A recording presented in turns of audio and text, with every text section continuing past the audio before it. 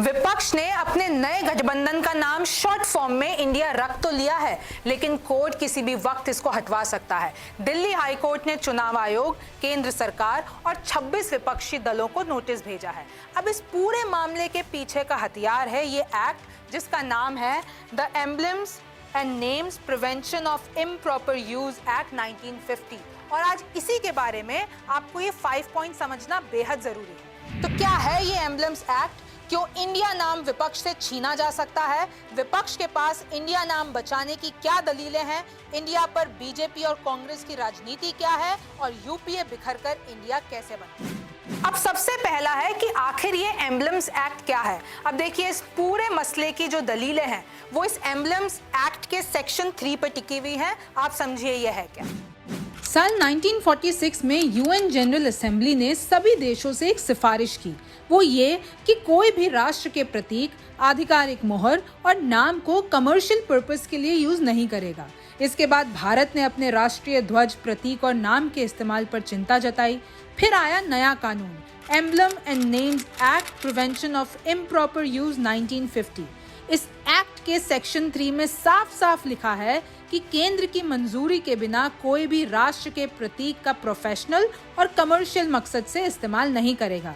लेकिन इसमें एक लूप होल ये है कि इसमें कहीं भी राजनीतिक दल का नाम नहीं लिया गया है। इस एक्ट में कई बार संशोधन हुए। ये है 2005 की कॉपी। ये 3 शेर भारत का स्टेट एम्बलम है। अब दूसरा है कि ये इंडिया नाम विपक्ष से किन दलीलों पर छीना जा सकता है। अब देखिए, कारोबारी हैं गिरीश भारद्वाज, जिन्होंने कोर्ट में एक पीआईएल दाखिल किया, यानी जनहित याचिका। उन्होंने कहा है कि इंडिया नाम रखना कानून के खिलाफ है।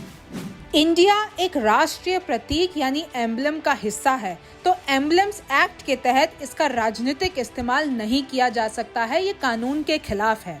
विपक्ष की इस तरीके से देश के नाम पर वोट बटोरने की राजनीति आगे चलकर हिंसा और कंफ्यूजन की वजह बन सकता है। चुनाव आयोग ने अब तक इसे रोकने के लिए कोई कार्रवाई क्यों नहीं की है, ये सवाल उठता है।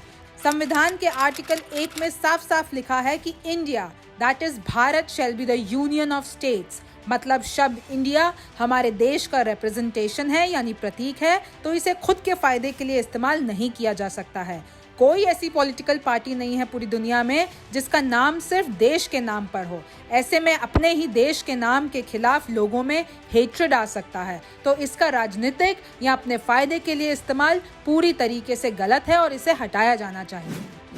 अब तीसरा है कि विपक्ष के पास क्या क्या दलीलें हैं इंडिया नाम को बचाए रखने के लिए। ये सब देखिए आप।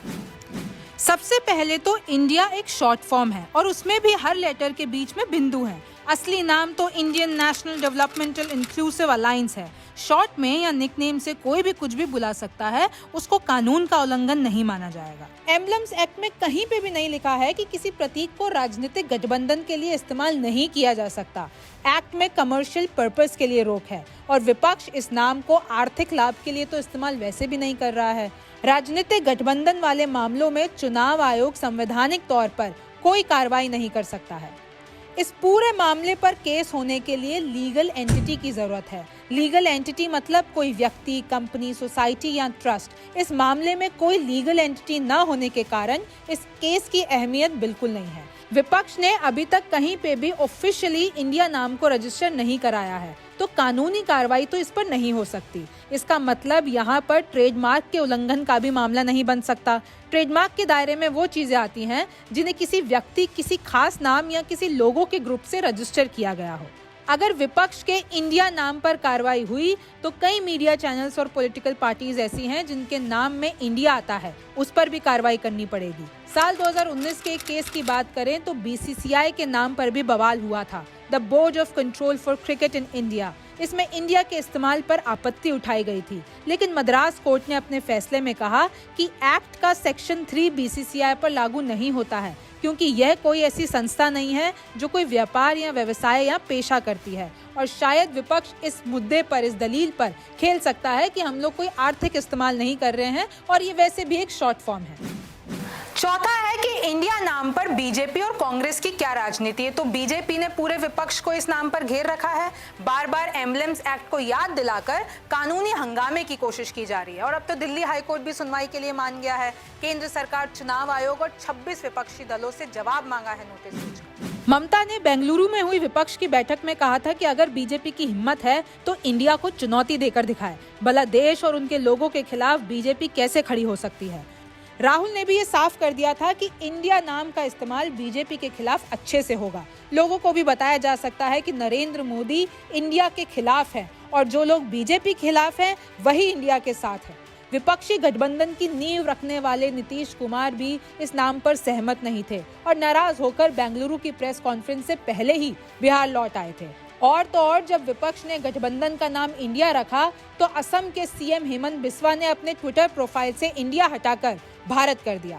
कांग्रेस ने तो कई वीडियोस भी डाले हैं जिसमें पीएम मोदी बोलते दिख रहे हैं, वोट फॉर इंडिया। उनका बयान देश के लिए था, पर विपक्ष ने उसे अपने गठबंधन के नाम की राजनीति के लिए इस्तेमाल किया। ये पूरी राजनीति बताती है कि सच में देश के नाम के साथ कोई खिलवाड़ नहीं होना चाहिए, ना ही कानूनी तौर पर और ना ही जहनी तौर पर। इंडिया नाम गर्व से लेने में किसी को भी दो बार ना सोचना पड़े, ना ही आम जनता को और ना ही बीजेपी समर्थक को। पांचवा है कि आखिर यूपीए बिखरकर इंडिया कैसे बना। तो थोड़े से इतिहास के पन्नों में हम पीछे जाएंगे और इस बात को समझने की कोशिश करेंगे। टाइमलाइन देखें तो 2004 में 15 दलों के साथ यूपीए बना। 2006 में तेलंगाना राज्य की मांग को लेकर टीआरएस अलग हो गई। 2007 में एमडीएमके के वाइको अलग हो गए क्योंकि वो कॉमन मिनिमम प्रोग्राम से नाराज थे। 2008 में यूएस के परमाणु डील को लेकर जो 4 लेफ्ट की पार्टियां बाहर से समर्थन दे रही थी वो भी अलग हो गई। और 2009 में पीडीपी और पीएमके भी अलग हो गए। फिर आए 2009 के लोकसभा चुनावों के नतीजे। कांग्रेस ने जीती 206 सीटें और यूपीए की सत्ता में वापसी हुई। इस वक्त तक यूपीए में ये पार्टियां थी Trinamool Congress, NCP, DMK, national conference और इंडियन यूनियन मुस्लिम लीग यानी आईयूएमएल। बाद में आरजेडी, सपा और बसपा ने भी यूपीए को समर्थन दिया। अब 2010 में महिला आरक्षण बिल के विरोध में राजद भी अलग हो गई। फिर 2012 में टीएमसी और डीएमके के साथ छोटी छोटी पार्टियां जैसे एआईएमआईएम और जेवीएमपी भी अलग हो गई। फिर आए 2014 के लोकसभा चुनावों के नतीजे जिसमें मोदी की लहर ने कांग्रेस को लगभग साफ कर दिया। कांग्रेस ने अब तक की सबसे कम 44 सीटें जीती। यूपीए टेक्निकली खत्म हो गया। फिर 2019 के लोकसभा चुनावों में तो कांग्रेस को और ज्यादा नुकसान हुआ और बीजेपी ने सारे रिकॉर्ड तोड़ दिए। अब 2024 में लोकसभा चुनावों से पहले एक बार फिर पूरा विपक्ष बीजेपी के खिलाफ लड़ने के लिए तैयार है। पीएम चेहरा और सीट फॉर्मूला तैयार नहीं है, पर बस इतना तय है कि बीजेपी को सत्ता से उखाड़ना है। अब 23 जून 2023 को बिहार में विपक्ष की पहली महाबैठक हुई जिसमें 15 विपक्षी दलों का समर्थन मिला। फिर 18 जुलाई 2023 में बेंगलुरु में विपक्ष की दूसरी महाबैठक हुई जिसमें 26 दलों का समर्थन मिला। ये देखिए वो सारे 26 दल जो अभी विपक्षी एकता का जीता जागता सबूत है। अब इस गठबंधन के नाम पर चर्चा हुई तो राहुल गांधी बोले इंडिया यानी Indian national developmental inclusive alliance, पर राहुल ने कहा कि पहले ममता बनर्जी से मंजूरी ली जाए। चर्चा के दौरान कई नाम सामने आए, जैसे येचुरी ने V for victory, V for India का नाम सुझाया। नीतीश बोले गठबंधन का नाम इंडिया कैसे रख सकते हैं, और नाम आया जैसे पीपल्स अलायंस फॉर इंडिया और प्रोग्रेसिव पीपल्स अलायंस। पीडीपी की महबूबा मुफ्ती ने राहुल की भारत जोड़ो यात्रा की सफलता और इशारा करते हुए भारत जोड़ो अलायंस का नाम सुझाया। एट लास्ट I.N.D.I.A नाम फाइनल हुआ, पर खबरों के मुताबिक नीतीश नाम और कांग्रेस से खफा होकर प्रेस कॉन्फ्रेंस से पहले ही बिहार लौट आए। ये पूरी राजनीति बताती है कि देश के नाम के साथ कोई खिलवाड़ नहीं होना चाहिए, ना कानूनी तौर पर और ना ही जहनी तौर पर।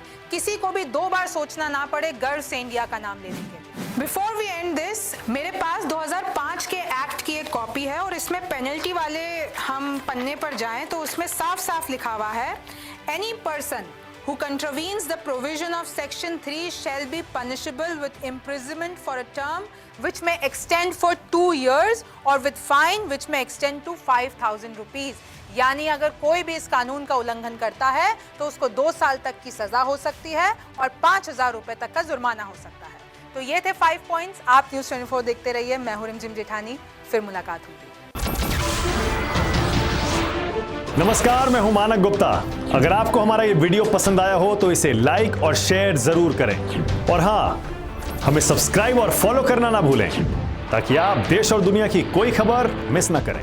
तो जुड़े रहिए हमारे साथ और देखते रहिए न्यूज़ 24।